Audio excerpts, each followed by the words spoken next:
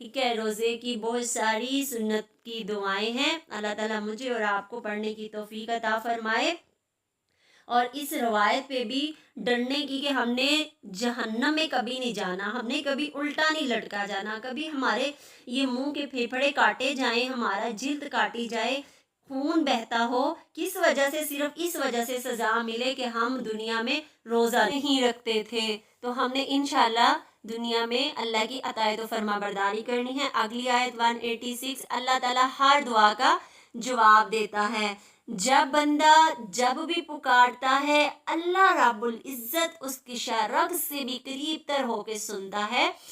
جب میرے بندے میرے بارے میں آپ سے سوال کریں تو آپ کہہ دیں کہ میں بہت ہی قریب ہوں ہر پکارنے والے کی پکار کو، جب کبھی وہ مجھے پکارے قبول کرتا ہوں، اس لیے لوگوں کو بھی چاہیے کہ وہ میری بات مان لیا کرے اور مجھ پر ایمان رکھے، یہی ان کی بھلائی کا باعث ہے۔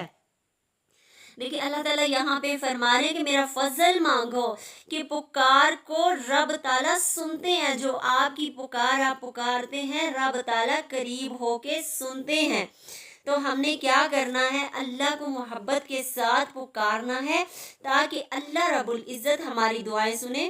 دعا سے عاجزی سے مصیبت کو ٹالا جا سکتا ہے، دعائیں جب ہم مانگتے ہیں نا عاجزی کے ساتھ تو مصیبتیں ٹل جاتی ہیں۔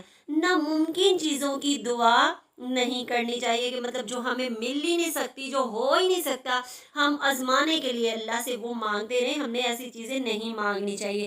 اور گناہ کی دعا نہیں کرنی چاہیے، مطلب کوئی ہیرا پھیری کرنی ہو تو اللہ تعالیٰ مجھے کوئی موقع بنا دے، اللہ تعالیٰ میں چوری کر لوں، ڈکیتی مار لوں، کسی کی بیٹی نکال کے لے جاؤں، یا میں کسی کا بیٹا نکال کے لے جاؤں، ٹھیک ہے، اس طریقے کی جو بری دعائیں ہیں کبھی بھی نہیں مانگنی، یا کسی کو گالیاں یا کسی کو بددعا، اس طریقے کی دعائیں کبھی بھی نہیں مانگنی چاہیے، قبولیت کی دعائیں کرنی چاہیے۔ اگر چاہتے ہیں کہ قبول ہوں تو اللہ کی مانا کریں، نیک عمل اس کو اٹھاتے ہیں جو دعا کے لیے ہاتھ اٹھاتا ہے، قرآن پڑھ کر دعا کرتا ہے، صدقہ خیرات کرتا ہے، اللہ کی حمد و ثنا سے شروع کرتا ہے، درود پڑھتا ہے، تو اللہ تعالیٰ کیا فرماتے ہیں؟ اور جب میرے بندے آپ سے میرے متعلق سوال کریں تو کہہ دیجئے میں ان کی قریب ہو کر دعا سنتا ہوں، جب وہ مجھے پکارتے ہیں تو میں قبول بھی کرتا ہوں۔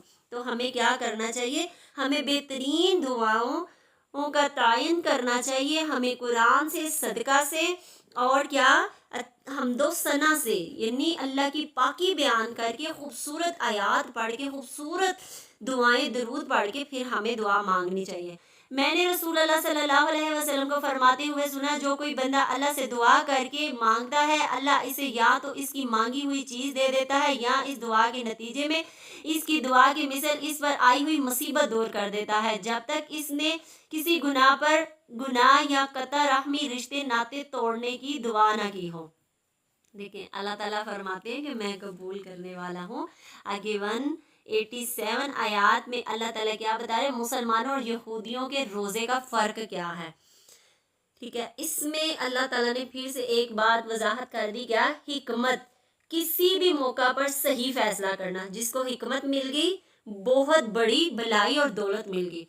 روزوں کی حالت میں اپنی بیویوں سے ملنا تمہارے لیے حلال کیا گیا، وہ تمہارا لباس ہے اور تم اس کی لباس ہو، تمہاری پوشیدہ خیانتوں کا اللہ تعالیٰ کو علم ہے، اس نے تمہاری توبہ قبول فرما کر تم سے درگزر فرمایا ہے۔ تم کھاتے پیتے رہو یہاں تک کہ صبح کا سفید دھاگا سیاہ دھاگے سے ظاہر ہو جائے، پھر رات تک روزے کو پورا کرو، اور عورتوں سے اس وقت تک مباشرت نہ کرو جب تک کہ تم مسجدوں میں اعتکاف میں ہو، یہ اللہ تعالیٰ کی حدود ہے، تم ان کے قریب نہ جاؤ۔ اس طرح اللہ تعالیٰ اپنی آیات لوگوں کے لیے بیان فرماتا ہے تاکہ تم بچو۔